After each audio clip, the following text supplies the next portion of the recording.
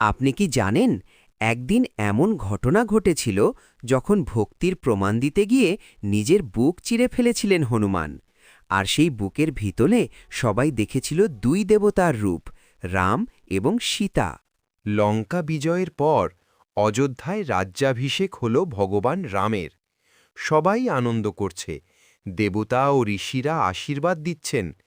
সেই সময় সীতা দেবী তার গলার অমূল্য মুক্তার হার খুলে ভক্তদের মধ্যে বিলিয়ে দিতে লাগলেন। সবাই আনন্দে গ্রহণ করল, কিন্তু যখন সেই হারটি দেওয়া হলো হনুমানকে, তিনি একে একে সব মুক্তা ভেঙে দেখতে লাগলেন। সবাই অবাক হয়ে গেল। তখন এক সভাসদ জিজ্ঞেস করল, হনুমান, তুমি কেন এই মূল্যবান মুক্তা ভাঙছ?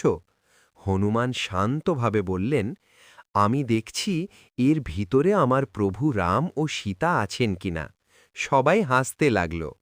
তখন কেউ প্রশ্ন করল, তোমার শরীরের ভিতরে কি রাম সীতা আছেন?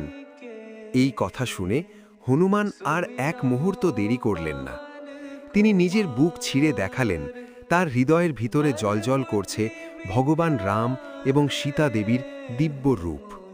এই দৃশ্য দেখে সবাই স্তব্ধ হয়ে গেল। সবাই বুঝতে পারল, সত্যিকারের ভক্তি মানে শুধু নাম নেওয়া নয়, হৃদয়ের প্রতিটি স্পন্দনে প্রভুকে ধারণ করা। এই গল্প থেকে আমরা শিখি, সত্যিকারের ভক্তি হৃদয়ের মধ্যে থাকে। আপনাদের কাদের সাথে এমন হয়েছে বা এই গল্প শুনে কেমন লাগলো, কমেন্টে অবশ্যই জানাবেন।